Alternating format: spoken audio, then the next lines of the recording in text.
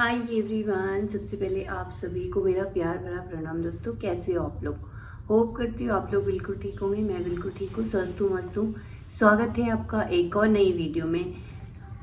तो 2 दिन से वीडियो नहीं आया है। थोड़ा बच्चे की तबीयत खराब थी, इस वजह से। तो आज बात करते हैं बेसिकली एक स्टोरी के थ्रू। आज मैं आपको सुनाने वाली हूँ उत्तराखंड की एक पौराणिक कथा, जो कि सच्ची घटना पर आधारित है और आपने कई बार शायद सुनी भी होगी। और इस स्टोरी के जरिए मैं आपको कुछ एक्सप्लेन करूँगी, समझाऊंगी कि मुझे पर्सनली वो स्टोरी सुन के क्या फील हुआ है।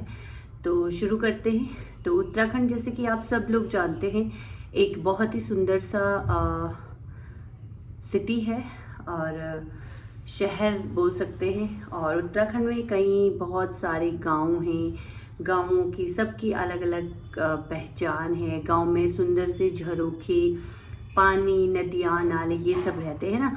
इसके अलावा जंगलों में बहुत खूबसूरत से स्वादिष्ट से फल उगते हैं और उन फलों का उगने का समय जो है अलग अलग होता है। तो इसी प्रकार मई जून के महीने में जब छुट्टियां पड़ी रहती है, सारे बच्चे जो है एंजॉय कर रहे होते हैं, शहरों से गांव की ओर जाते हैं। तो मई जून का समय था और एक गांव था जहां पर जो है एक बेटी और माँ जो है अकेले रहते थे। उनके परिवार में और कोई भी नहीं था। माँ जो है बहुत ही ज़्यादा गरीब थी और बहुत ज़्यादा कष्टों से अपनी बच्ची को पालती थी। जो लड़की है उनकी, वो भी अपनी मदर की जो है बहुत ज़्यादा हेल्प करती थी। तो मई जून का समय था और जंगलों में बहुत खूबसूरत से स्वादिष्ट से फल जो है पकने का समय चल रहा था, जिसका नाम है काफल। काफल जो है उत्तराखंड का एक गर्मियों में पकने वाला एक बहुत ही स्वादिष्ट फ्रूट होता है, जो कि छोटे छोटे और रेड कलर का होता है। तो जो बच्ची की माँ है वो जो है जंगल जाती हैं और जंगल से जो है एक जो हमारे इधर लकड़ियों की टोकरी होती है, वो टोकरी भरकर जो है काफल लेके आती है। चुन चुन के स्वादिष्ट स्वादिष्ट काफल, एकदम काले और मीठे से काफल लेके आती है। तो जब वो घर में आते हैं तो उनको जो है, जैसे कि मई जून का समय चलता है और उस टाइम हमारे उत्तराखंड में जो है गेहूं वगैरह की कटाई भी होती है। और माँ को जो है बहुत ज़्यादा जल्दी जल्दी जाना था खेतों में। तो माँ जो है जंगल से आई और जंगल से आने के पश्चात माँ ने अपनी जो बेटी थी उनको कहा कि जब तक मैं आना चाहूँ खेत से, तब तक तुम जो है एक भी दाना काफल का मत खाना और इन काफलों की रक्षा करना। जब मैं खेत से आ जाऊं तो उसके बाद मैं तुम्हें जो है काफल दूंगी और हम साथ में मिलके खाएंगे। तो जो काफल रखे हुए थे वो दोस्तों एक लकड़ी का टोकरी होता है, उसमें रखे हुए थे। और मई जून में आप जानते हो कि बहुत ज्यादा गर्मी रहती है, बहुत भयानक सी गर्मी रहती है। तो वो जो लड़की थी वो अपना कार्य जो है बहुत ही ज्यादा निष्ठा और ईमानदारी से कर रही थी। वो लड़की जो है कई बार देखती है काफल को, उसका खाने का मन करता है लेकिन वो नहीं खाती है, क्योंकि उसको अपनी माता जी की जो बात है वो याद रहती है। क्योंकि उनकी माता जी ने बोला रहता कि आप इसमें से एक भी दाना जो है काफल का नहीं खाना। जब मैं आऊंगी तो आपको खुद ही अपने हाथों से काफल दूंगी और हम साथ में मिलके खाएंगे। तो बच्ची जो है ईमानदारी से उसकी रक्षा करती है, उसकी देख रेख करती है और काफिलों को देख देख के ही अपना जी जो है भर लेती है। माता जी जो है वो खेत चले जाते हैं, अपने गेहूं की कटाई या जो भी उनका काम होगा वो करने चली जाती हैं। तो इवनिंग का समय होता है, माता जी खेत से लौटती हैं। तो माता जी आते ही जो है काफिलों की टोकरी देखती हैं तो वो एकदम आधा हो जाती है। और माता जी बिना सोचे समझे अपनी जो बच्चा है, अपनी जो लड़की है, उसको ब्लेम करती है कि जब मैंने मना किया था कि आपको एक भी काफल का दाना नहीं खाना, मैं आके स्वयं आपको दूंगी, तो आपने इसमें से इतने सारे काफल क्यों खा दिए। बेटी के लाखों मना करने के बाद भी माँ को समझ नहीं आता है और माता जी जो करती है अपनी बच्ची को बहुत जोर से मारती है, बहुत जोर से मारती है। इतना मारती है कि उसका जो है गला सूख जाता है और वहीं पर प्राण जो है न्यौछावर कर देती है।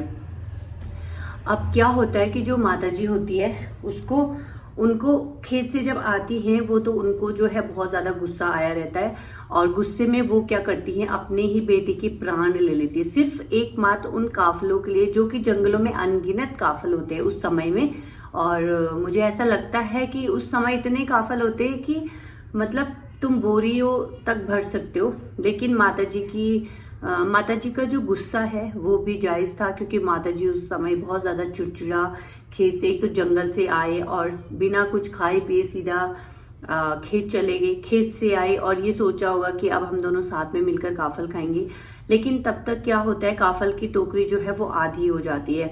और इसमें जो है बालिका का भी दोष नहीं होता है, क्योंकि बालिका ने एक भी दाना काफल उससे नहीं खाया था और माता जी को जो है संशय हो गया, और उसी संशय की वजह से और माता जी ने अपनी बच्ची, खुद की बच्ची की जो है जान ले ली। और उसके बाद क्या होता है, थोड़ा सा शाम का समय होता है, काफल की टोकरी फिर से ताजा ताजा होने लग जाती है।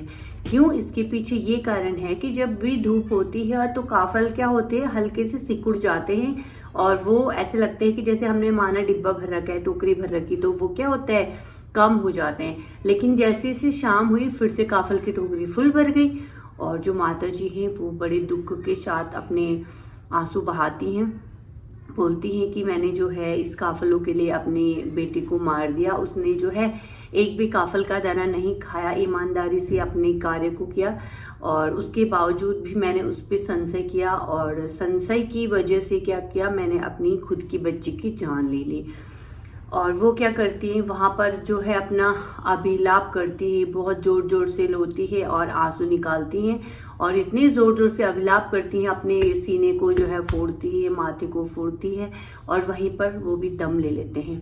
और वो काफल के दाने जो हैं ऐसे की ऐसे धरे रह जाते हैं, क्योंकि वो तो एकमात्र फल है और वो खा लिए तो वो पच गए और मलमूत्र के थ्रू बाहर आ गए, लेकिन नहीं खाई तो वो ऐसे सड़ जाएंगे टोकरी में, है ना। अब दोनों माँ बेटी ने जो है प्राण न्यौछावर कर दिए।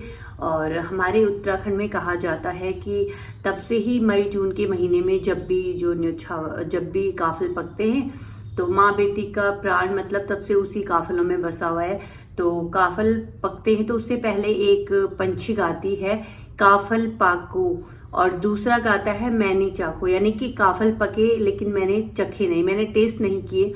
तो बहुत ही सुंदर पौराणिक सच्ची घटना है। और इस घटना से दोस्तों मुझे ये अनुभव हुआ कि जिंदगी में कुछ संशय ऐसे होते हैं जो हम बिना मतलब के करते हैं, अपने बच्चों पर, अपने पेरेंट्स पर या मदर इन लॉ पर, या फिर जो भी ससुराल वाले फैमिली है वो अपनी बहुओं पर।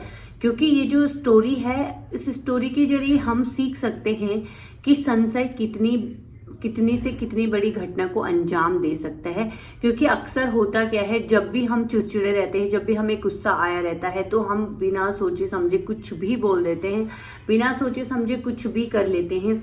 और यही हम पेरेंट्स के साथ भी होता है कि जब हमें गुस्सा आया रहता है तो हम क्या करते हैं, अपने बच्चों को मार देते हैं, पीट देते हैं, डांट देते हैं, सोचते नहीं है, बिना सोचे समझे हम कुछ भी बोल देते हैं और कैसे भी हाथ उठा देते हैं, जबकि ये गलत है। और पता नहीं कि कुछ भी हो सकता है ऐसी घटना में। अभी मैं कल परसों एक न्यूज़ पढ़ रही थी, एक इधर उत्तरकाशी का एक न्यूज़ है, अपने उत्तराखंड का ही।